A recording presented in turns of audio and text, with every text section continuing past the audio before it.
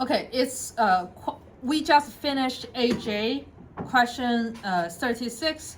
Now I'm gonna to make it into question 37 by remove. Okay, I want people to focus on what I remove. I remove the base. What if I remove the base?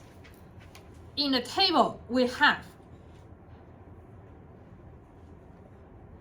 were secondary strong basic nucleophile, and it's small, so we was going E2, and the reason there only one major product is we follow the more substituted alkene, which is Zaitsev rule. Now, if I remove that strong basic nucleophile, I end up with ethanol, which is a poor nucleophile. It will go through SN1 and E1. However, in SN1 and E1, we do need to pay attention to our carbocation rearrangement. I'm not sure if you guessed this, but if I remove, I meant to do this to side by side. Okay, if I remove this one, you are supposed to have both mechanism, and we are going to talk about how it's formed. Okay, once it's being removed, let's write the mechanism and see how they are being formed. My chlorine, okay, I think it's helpful if I color code where does they form. Okay, this blue bond become a pair of lone pair, and that's why my chlorine has 3 pair of lone pair which belongs to itself. This extra lone pair make it negative. Okay, I want to be clear with how this is being done. And this is the race determinant step for both SN1 and E1 RDS. This is the hardest step. Once the carbocation is being formed, then everything else will be easy. Okay, let me move this down a little bit. Okay, so I will do SN1 and E1.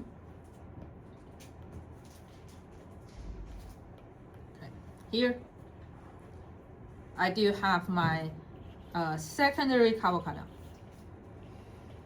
However, I do have a tertiary carbon next to it, so we are going to do something called a hydride shift.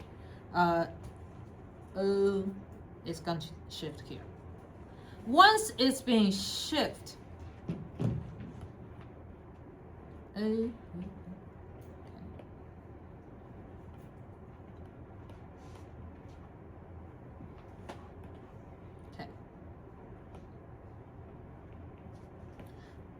so I might ask you something like who is going to be more stable, but I'm more likely to test you on, okay, can you make the correct product after you shift the carbocation? It shows your understanding of who is a more stable carbocation from your product. Okay, you are going to have 2 different products if you don't know this part.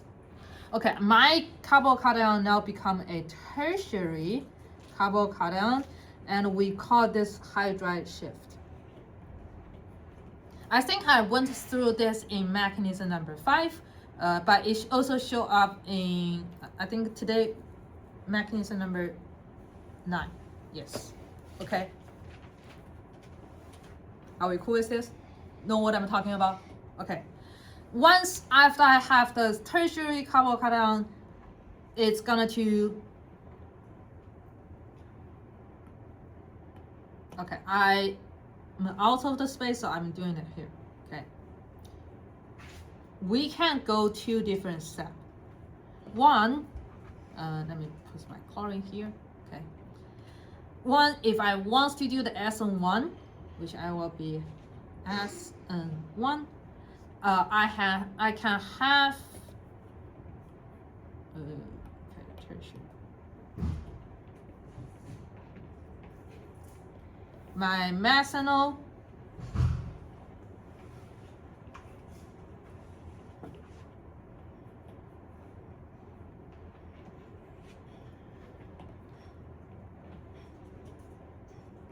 attack to it.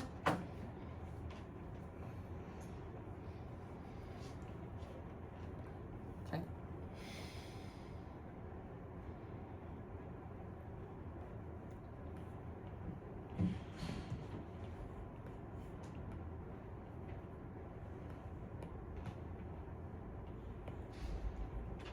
Okay, since the yellow hydrogen really just, we don't really need it, so I'll just remove it.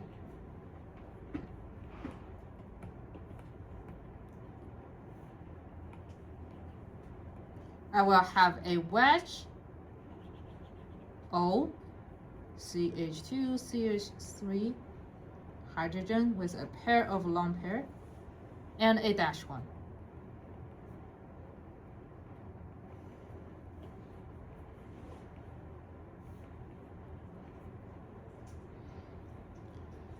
The previous chlorine, okay,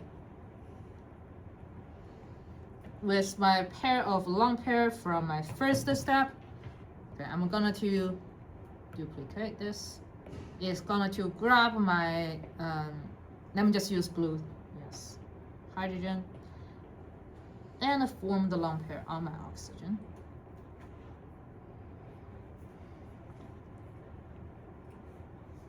Okay, I think I don't need to write the final product, but I hope this part is clear for SN1. Are we cool with this? Okay, when you form the last bond, the blue bond become a blue pair of lone pair on oxygen. Oxygen should be 2 pair of lone pair when it's neutral, okay? 1 pair red was from itself, the blue is from whatever this new bond. Are we cool with this? You don't have to show the color, but I want to make sure I did make this point clear. Okay, let's also do the E1. E1, since I have carbocation here, we will have purple, red, and green. We have 3 different hydrogen that I can form double bond with. I'm gonna to use, oh no. Okay, let me use the blue. Okay, let me do the E1 with one of the example so people can see them. Okay, for E1, let's use base, grab hydrogen, form double bond, and this is going to be one of the product. Okay.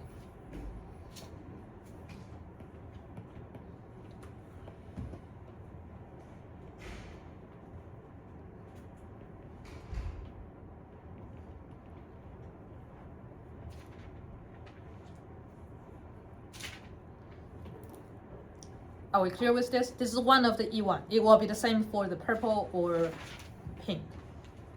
Cool?